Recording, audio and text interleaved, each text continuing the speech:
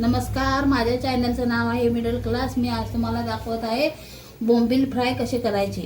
हे बघा, हे स्वच्छ धुवून बोंबील मधून चिरून घेतलेले आहे। याचं पाणी काढून घेतले। ह्याला तिखट, मीठ, हळद, धना पावडर, लिंबू पिळून सगळं एकत्र करून लावून घेतले।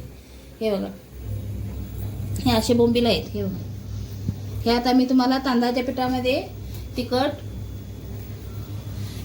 मीठ, हे बघा, मी आता हळद टाकते थोडीशी। हे तांदळाचं पीठ आहे, थोडीशी हळद घालते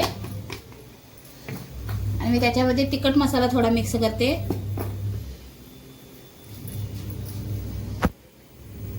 थोडंसं मीठ टाकते।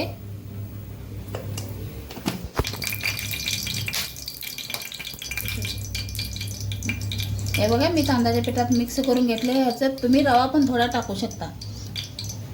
हे आता असे बोंबील हे करून घ्यायचे पिठामध्ये आणि हे असे तेलामध्ये फ्राय करत सोडायचे।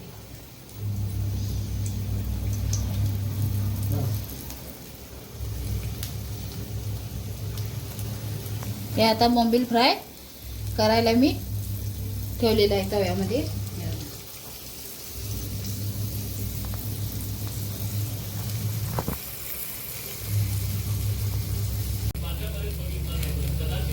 हे बघा, आता तयार झालेले हे कडक कुरकुरीत बोंबील तयार झालेले आहेत। तुम्ही पण बघा। आता मी तुम्हाला डिश मध्ये काढून दाखवत आहे।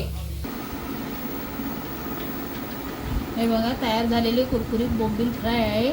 तुम्हाला जर आवडलं असेल तर लाईक करा, सबस्क्राईब करा आणि कमेंटही करा।